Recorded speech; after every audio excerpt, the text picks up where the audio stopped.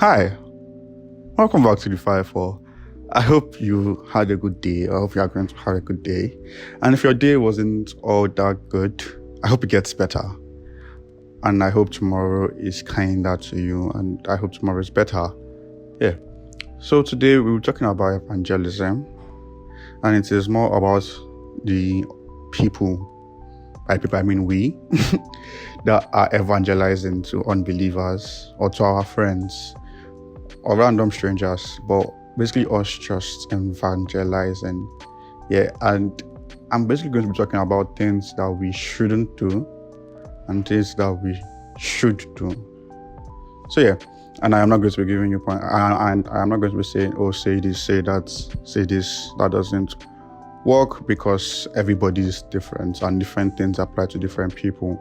But there are basic guiding principles, yeah, that would help us evangelize. And of course, we all have to depend on the leading of the Holy Spirit because it is Him that does the converting and evangelizing and just does it through us. And we are just a medium. We are just a means to an end, basically. So yeah, so the first thing is condemning them. So first thing is going up to people and just saying, oh, you are doing this, you are going to hell. You are doing this, you are going to hell. Now, is this true? Yes, if you are sinning and you have to accept Christ, you will go to hell. Is it very true? Yes, but is it helping the situation? Like at that point, is it helping you get to your goal of getting them saved? Most often than not, it won't help them. Because let's look at it this way. You are doing something there and someone just comes and just starts condemning you, and it doesn't come from a place of love. At least you don't think it comes from a place of love. It's looking like it's coming from a place of, oh, I am better than you and I am trying to make you better, if that makes any sense here. Because I remember a few weeks ago, me and some of my friends went out for evangelism here. And I was talking to this group of guys, and one of them was like, Christians like to give off this front of, oh, I am better than you. Yeah, I am better than you and I am perfect and everything, yeah. And I was explaining to him that yes, some people do like that, and I am sorry. I am sorry for them. Like I am sorry that they made you feel like they're better than you. Yeah, I don't think I told him all this though. But like, I'm sorry they made you feel like this. Yeah. But it really isn't the truth. They aren't better than you in any sense of the way. Yeah. And then this leads me to the second point, is that we are all of us, we are sinners. Because that I was explaining to him, that all of us, we are sinners. All of us have had struggles with sin. We've all been deep in sin. And people that are even evangelizing to you, they've probably been where you are, or probably even worse, like in worse situations than you are. Yeah. But sometimes it happens that sometimes we just forget that we were once like that, and then we start, quote unquote, condemning them. Yeah, and sometimes it isn't intentional. Yeah, it isn't intentional. We're just trying to tell them the truth that this thing that you are doing leads to hell. Yeah. But just imagine this thing. Imagine you have a friend, or imagine you are an unbeliever now, and your friend, yeah, every time he sees you, he's always telling you that, you're going to hell, you're going to hell, you're going to hell, you're going to hell, you're going to hell. That is the only thing that they ever tell you. You will stop listening to them at some point, because you will believe that every time this person is coming to talk to me, they are just coming to condemn me. They are not trying to make me, they're not trying to tell me anything good or anything nice, quote unquote, yeah, but they're just coming to condemn me every single time, yeah. So every time we go out to talk to people, we should always remember that we are coming to talk to them from a place of love, not from a place of, oh, I am better than you.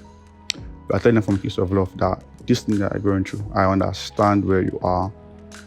Like, I understand where you are, and I am trying to get you to a better place, to a better person, yeah.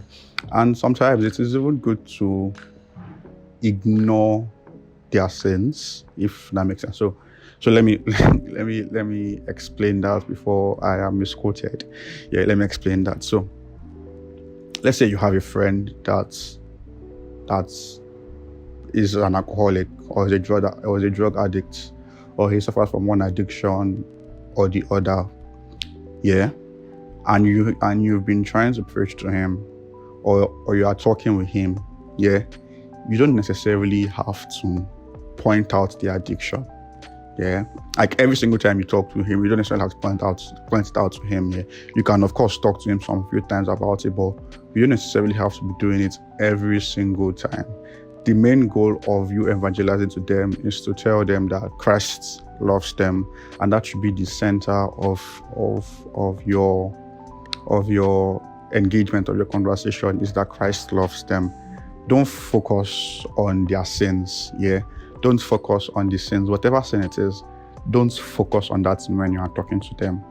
Whatever it is, if it is addiction, fraud, whatever it is, alcohol, drugs, sex, whatever it is, don't focus on that sin when you're talking to them.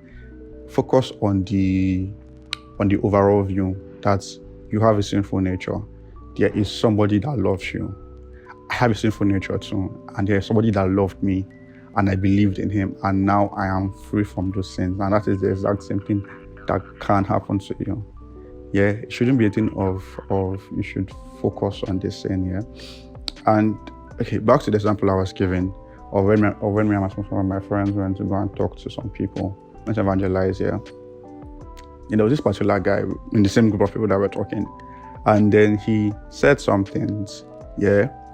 Said some things, and I just laughed. Yeah, there were things he was doing.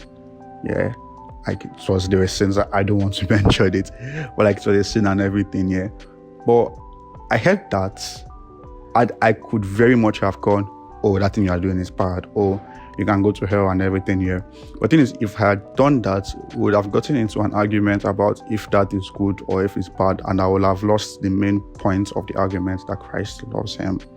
Yeah, or the conversation or the argument that Christ loves him. Yeah, because sometimes we try to point out one particular thing and forget the main goal. The main goal is to tell them that, yo, Christ loves you. He loves you. He loves me. We have both sinned, we have both fallen, but Christ still loves us, and he saved me, and I want him to save you.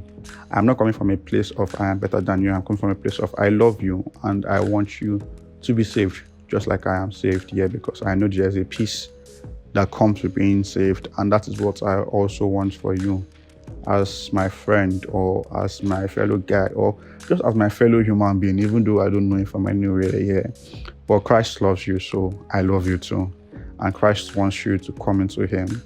Yeah, Christ wants you to believe him and come into his family. That's what I also want for you, because Christ loves me too, and I am extending that love to you. That should be the primary goal of our evangelism, not to condemn them of their sins and everything. Yes, would that sin lead them to hell? Yes. But the primary thing that leads them to hell is their unbelief in Christ. Not necessarily sin, it is the unbelief in Christ that is leading them to hell. Yeah, so when you are evangelizing to them, of course the sins are bad, yeah. But the main thing that I should talk about is Christ's love for them, and that they should come into an understanding that Christ loves them, and that they should believe in Christ. Not that they are sinning. Are they sinning? Yes. Are you sinning soon?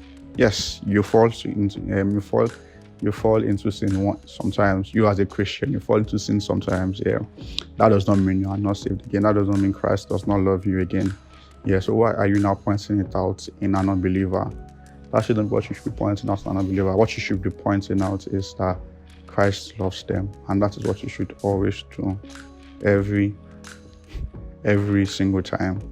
And with that, I would see you again next week. Have a beautiful week, and I love you all. Peace.